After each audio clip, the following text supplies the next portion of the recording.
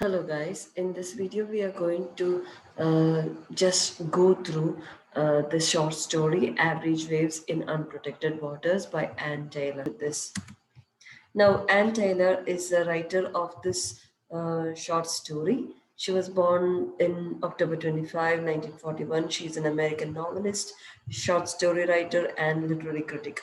She has published almost 23 novels, and this includes Dinner at the Homesick Restaurant, 1982, The Accidental Tourist, 1985, and Breathing Lessons, 1988. All these three were shortlisted for Pulitzer Prize, and the last one got Pulitzer Prize. In 2000, this slide is about the key facts about this short story, Average Waves in Unprotected Waters. This story was published in the New Yorker on 28th February 1977. The whole story is written in a third person narrative style. That is, someone who is seeing all these things happening is narrating the story. That mode of narration, but the point of view is of the single mother, Blevins. Beth Blevins. The angle of the story, or the story, is not being told by the mother, but then the angle, the viewpoint is from the mother's side. That way, though the narrative is third person narrative, and the themes that you can find in the story is about parenting, is about identity and self discovery. It is also about responsibility, endurance, and so on. Now, in one slide, I have put the whole entire story. Now, the story is about Beth, a single mother, and she has a daughter. She has a son called Arnold, who is mentally disabled. Now, when the story begins, it begins like this is the morning, it is a morning, and she is waking up her son, and she is dressing him up. She has decided to take this boy to an institution on this day. Now, why? He's mentally, she's going to do this because the child is mentally disabled and he needs a institutionalizing. Now, she is a single mother, and you get all the past events as flashbacks as you go through the story. This is one day story, but from the flashbacks you will come to know what had happened before. Now, Bet had married for love. She had married Avery Blevins, and for this marriage, her parents were against this marriage. The usual scene of a love marriage. But then she was bold and she married Avery Blevins. But what happened is that the husband deserts her. This man, whom she married for love, deserts her when she is diagnosed. She becomes pregnant, and the doctor diagnoses that their baby is going to be mentally disabled. Now, Avery was not able to, bear all this burden of a mentally disabled child that they are going to have. So he deserts her. We come to know about all these things from the flashbacks that happens, and the flashback comes, in the form of a kind of stream of consciousness technique. Like, she sees the wallpapers, the compelling wallpapers, and she's reminded about when those were fresh or something like that. When she used to live in a bigger house, a comfortable place, a cozy place. That was when they were newly married. So these flashbacks come in and go out. Now, but is all alone with this mentally retarded child. And the thing, it is not that her family will not, and this happens just after 1 year of her marriage with Avery. Now, when the child is born, she has nobody to support her, but she has taken care of the child for so long. Now, this child, if you assume with the actions of the child in the story, we come to know that he is not a little baby. He might be a 6 or 7 or 8 year old at the most. And Bet is not able to, look after him so well as she could when he was a small mother. She is working too hard to make ends meet. and when she's going to work, she cannot take care of the baby. So it is her landlady, that is the owner of her house, who is taking care of the child also. Now she is a babysitter also, and that lady is very kind to do both these things. That is renting the place to a woman who is single and having a child who is mentally retarded, and she is also and this landlady is also taking care of the mentally retarded child. So she that lady is a very kind woman, and now she has become very old. She also cannot control this boy. So Bet finally decides that this boy has to be institutionalized. Now you should think of the trauma of a mother who has to do this to her own child. So all this kind of repression can be found. We the mother is has decided that they have to go and institutionalize this child. So she is dressing the baby, I mean the boy, who acts like a baby, and they're going on the train also. She is trying to trying to keep the child without making much disturbance for the other passengers, and so on and so forth. On the train, what happens is that he enjoys watching the conductor scold a black woman for trying to ride without a ticket, and he cheers loudly, and all these things happen. He is doing just like he is watching a TV comedy or something like that. But that is live instances, and you should know the embarrassment of the people who sees this child doing all these things, and all these things. And one other thing is, Arnold does not know that he is going to be institutionalized until the mother leaves him there and goes out. Till then, he is not able to know what is going on. At the moment she leaves him and goes, he starts screaming like anything. Now, another thing here is, Bet tries to tell the nurse that, this boy is like this boy is like that.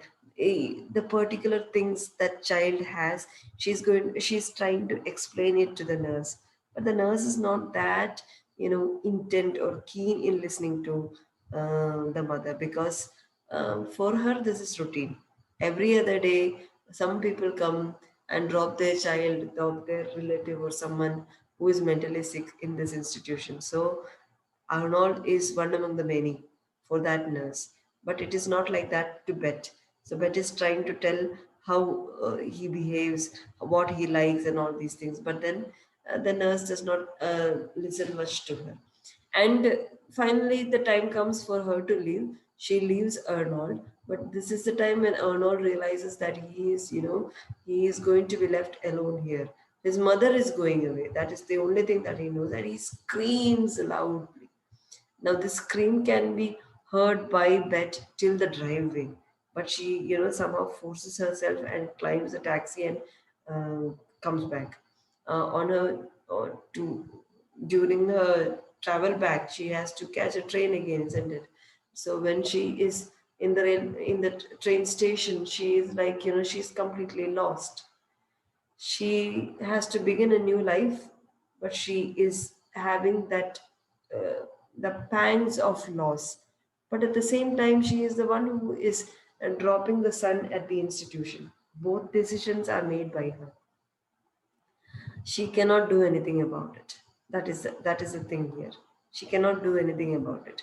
She has learned so much that she has to leave the boy, and she is sad both at the same time. Like this, and this point, the story ends. Now, I have one more slide telling you about some other things about, when you analyze the story. Taylor is actually describing how the passage of time erodes concrete objects and compares it to the changing human relationships. You might think that love is strong. You might think that the partner that you have selected will come for a long time. But then things change. uh, uh, Time, uh, by the passage of time and events, people change. So this is a reality that Tyler is trying to bring before us. Now, the beginning of how Avery and Bet were. They had fallen in love and they had decided to marry. So during that time, Beth forgot the love of her parents. She left them and joined Avery. And then, when it was time for her to deliver her baby, it was noted that the child was sick. The child is going to be mentally ill. Their love broke at that point. Time, passage of time, and the different events. Avery leaves her just because this child is like this. She thinks that she can bear the burden of this mentally retarded child. But again, as time passes, these relationships are not the way they had begun. They had begun it with great intensity and sweetness, but as time passes, it is becoming something different. They are not able to live up to their commitment. It comes to a point where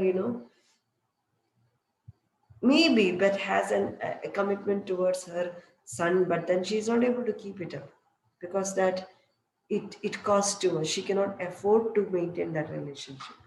She is having to leave the child at an institution. Now, this is the condition.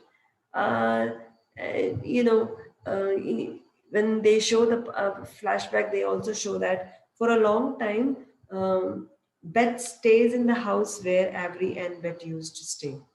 Even after Avery left her, she stayed there, thinking that he will come back or thinking that it is good to endure or something like that. But then she had to leave that place one fine day. So again, this, leaving and all these things. And in her present house, which is a single roomed house, there are layers of wallpaper. This also is a symbol of passing time and the people who had once lived there. She is only a tenant there who has rented the place. Before her, there were many people who had lived and gone. So people come, people go, situations change, relationships change. This is there. You know, uh, things become routine, things become heavy. That time, the sweetness of the relationship is gone. The color in the relationship is gone sometimes. And that is what they are trying to show. All through the story, you have paled wallpapers, paled hospital dormitory, and caregivers who just come, go, and all these things, worn out steps because there are patients coming in, going out, and all these things. So a paleness is there which has lost its freshness, vitality, and color. This happens, emotionally, this happens, and all these things. Yeah, these are the things that we have as analysis. And if you pay attention to the title of the story, Average Waves in Unprotected Waters, it can indicate the main characters, Bet or Arnold, or all these things. They are trying to adapt to the waves that happen in their lives. These waves are not so big as to kill them, but then they are small instances of grief and disappointment. You are allowing those waves to come and hit you. It is not taking you into the sea and killing you with it, but then it is hitting you, and they are average waves. And in unprotected, she first of all decides to have the baby, and she decides to grow it up, but then later on it becomes too difficult, therefore she is letting it go. Those themes.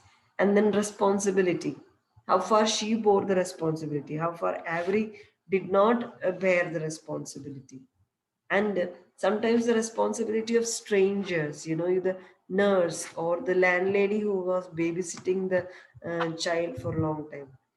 They didn't need to do that, but they are doing it. Different kinds of responsibility, these are also themes. And you have the theme of self discovery. All these things are steps of self discovery. When you hold on and when you let go, all these things come. When you cross your limit, when is the time when when you cannot anymore endure a suffering. All these things are points in this story. So thank you for listening. I hope